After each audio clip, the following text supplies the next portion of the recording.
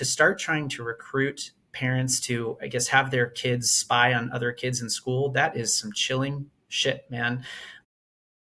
It's Ken Harbaugh with the Midas Touch Network, and our new show, The Ken Harbaugh Show, is off to an amazing start. Thank you all so much for making it happen. Today, I want to highlight a story that, at first glance, might seem a bit parochial. On its surface, it's about Ohio and a right-wing agitator who has put a call out for MAGA parents to get kids to spy on each other. That person is Chaya Rychik, the co-founder of an online bullying platform, I don't know how else to describe it, called Libs of TikTok. And she wants kids to become informants, reporting back on so-called wokeness in their communities. This story centers on Ohio, but as you'll see, it has nationwide implications. The right-wing provocateur behind Libs of TikTok revels in the fact that her actions hurt people. When she puts a children's hospital or a school district in her crosshairs, threats of real violence often follow. And yet here she is, posing with a headline about just that, and she's grinning like it's all some kind of joke. I spoke with Ohio State Representative Casey Weinstein about this and about what happens when groups like Libs of TikTok target kids. Casey Weinstein, rep from Ohio, great to have you on the show. You've been on Against All Enemies many times, so not your first rodeo here on the Midas Touch Network, but your first time on the brand new Ken Harbaugh show on the Midas Touch Network. Welcome. I'm very, very honored and thankful to be here, my friend. And thank you for being a voice, a growing voice for sanity and normalcy. And in our country, we need it.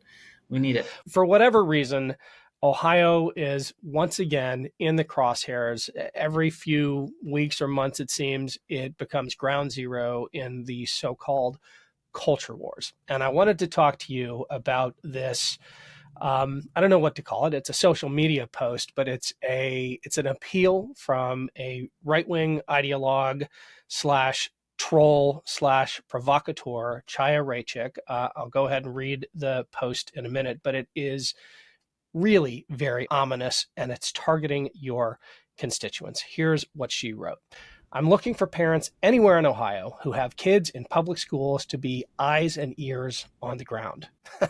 Does that sound like KGB Stasi shit or what? I don't know. Your identity will remain anonymous and protected. Please DM me if you fit this criteria.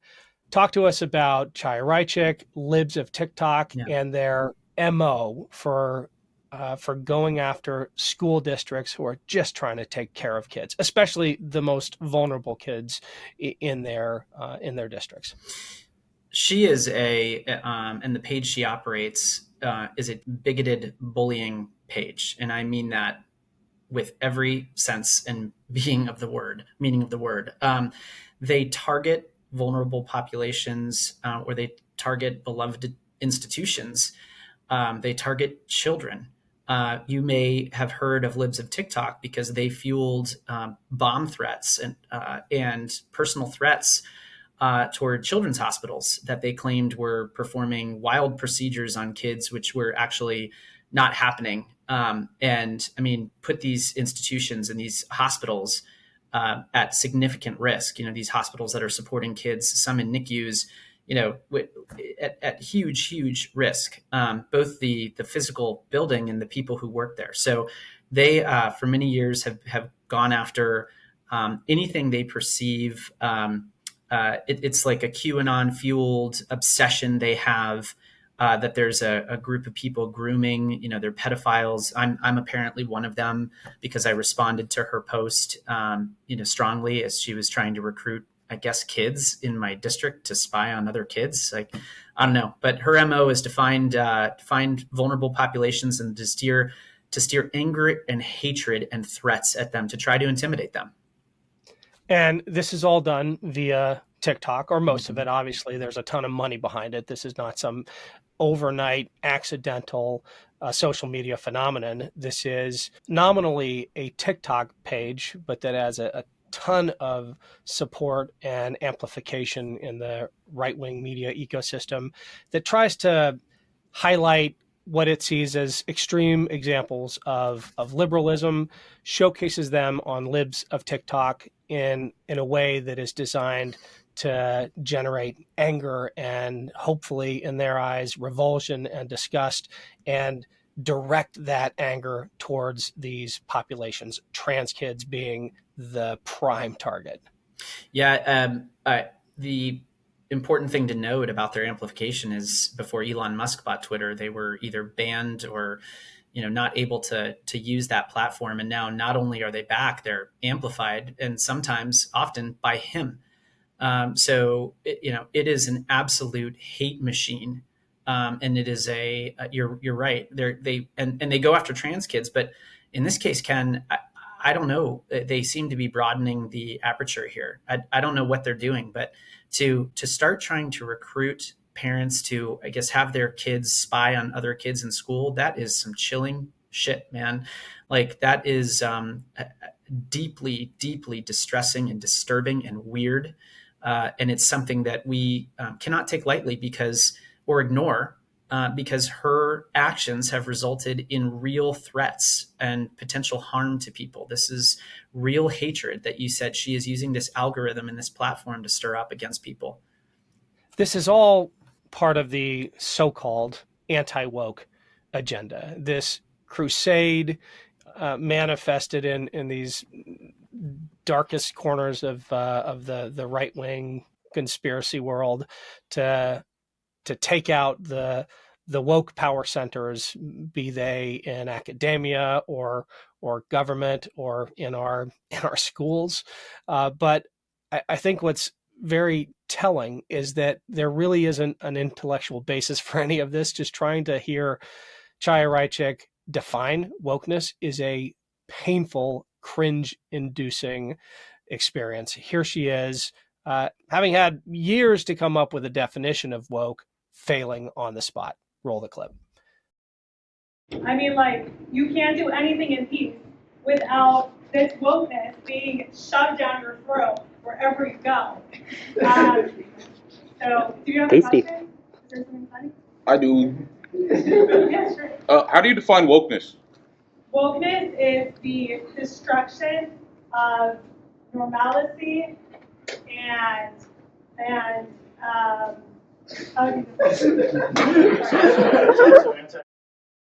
Casey, that is part of the problem the right has. Their entire movement is fueled on anger without any rational underpinnings, without an intellectual basis, at least when it comes to this anti-woke agenda. How do you parse that? They believe that anger and hatred will drive turnout, and it's an election strategy for them. It is fear and intimidation, and that's what they believe will bring them into power. So they'll have actual, real control over people's lives. On the other hand, what we saw from the Democratic Party last week was joy, hope, happiness, family.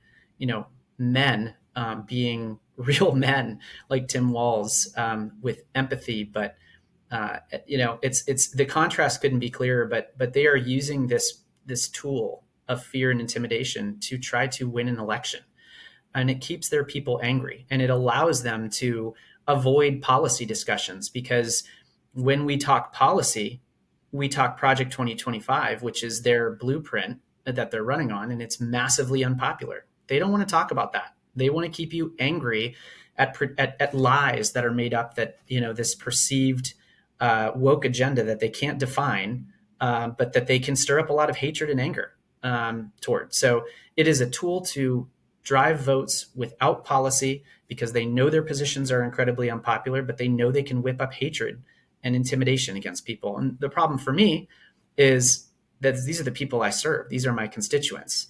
I will not ignore it. And I have always and will continue to stand strong against these, bullies, and call them out. And just, I won't, not on my watch. That's what I say. It's no accident that this appeal for parents to recruit their kids to spy on other kids is coming in late August of an election year. and we can just guess what this is going to lead to. It's going to lead to sensationalized stories about horrible things happening in Ohio classrooms, all of which is going to be made up Uh-huh. or exaggerated, and it's an electoral strategy. It has nothing to do with protecting kids or helping schools. Well, Ken, inflation's down, crime is Yeah. down, the economy is doing pretty well. Immigration, has the crossings at the border are down, and they've kind of run out of fuel on those lies, and so they're looking for that thing. Like, what's going to be that thing? In past elections, we've seen them try to whip up fear against Islamic people fit to terrorism. Immigration is a constant theme, except the facts are really pushing back on that. So this nebulous thing, this wokeism that they again can't define, but allows them to avoid policy and whip up turnout, is the lane I guess they're going to choose to go down. And we have to stand strong. We cannot allow them to go on offense on this. We have to stay on offense and call them what they are, which are bigots, bullies, and we're not going to stand for it. We'll stand up for our most vulnerable neighbors and constituents. Bullying seems to be a default these days, even though I think electorally it tends to backfire. It almost always backfires because Americans don't like bullies. Americans know that the way to beat a bully is to stand up to a bully. But this is reminiscent to me of what they tried to do to Governor Tim Walz's son, Gus, when he stood up and said, "That's my dad," after Governor Walz said to his family, "You are everything to me." And what did they do to Gus Walz? They called him, I'll put the tweet up, a blubbering bitch boy. The bullying was, I mean, we should have expected it, right? But it hurt even not being part of that family. I can't imagine how it felt being part of that family, to be on the receiving end of that. But I think it's going to backfire because people see it as bullying, not fighting wokeness or standing up for manly values or whatever the case may be.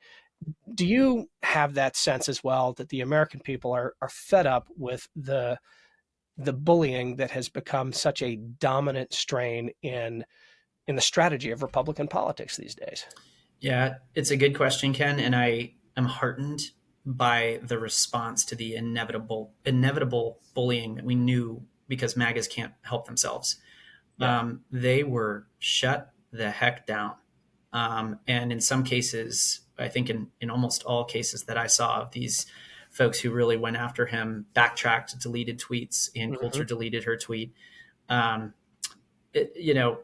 I was heartened by, even on the cesspool that is X/Twitter, that there were enough people who have basic decency to see that this is garbage behavior. I have 3 kids, young children. The number one thing we tell them is don't be a bully. This is some Yeah. basic stuff, man. And most people see right through their behavior, but they're so trained in MAGA to generate outrage and hatred of whoever they see as the other. They can't help themselves.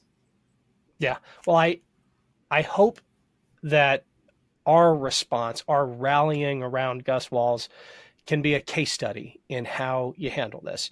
Because goodness knows there's going to be much more of it coming. We know it's coming to Ohio because of this. I don't even know what to call it. This appeal. What's the word for a provocateur like Chaya Raichik parachuting into your hometown and saying, bring me the worst you have, and I'm going to set them loose on your community. That's what she's done. So we need to get ready. We need to be prepared and respond the way we responded when they came after Gus Walz.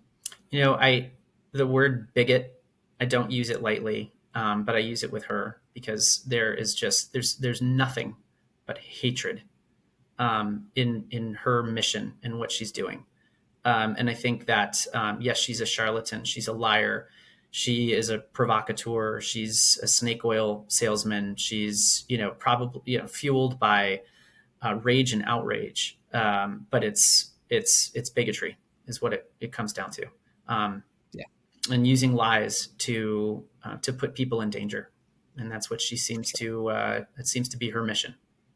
For sure. Well, I love your advice, admonition to stay on offense. We're going to keep doing that here. Casey, thanks for joining us. Thanks, Ken.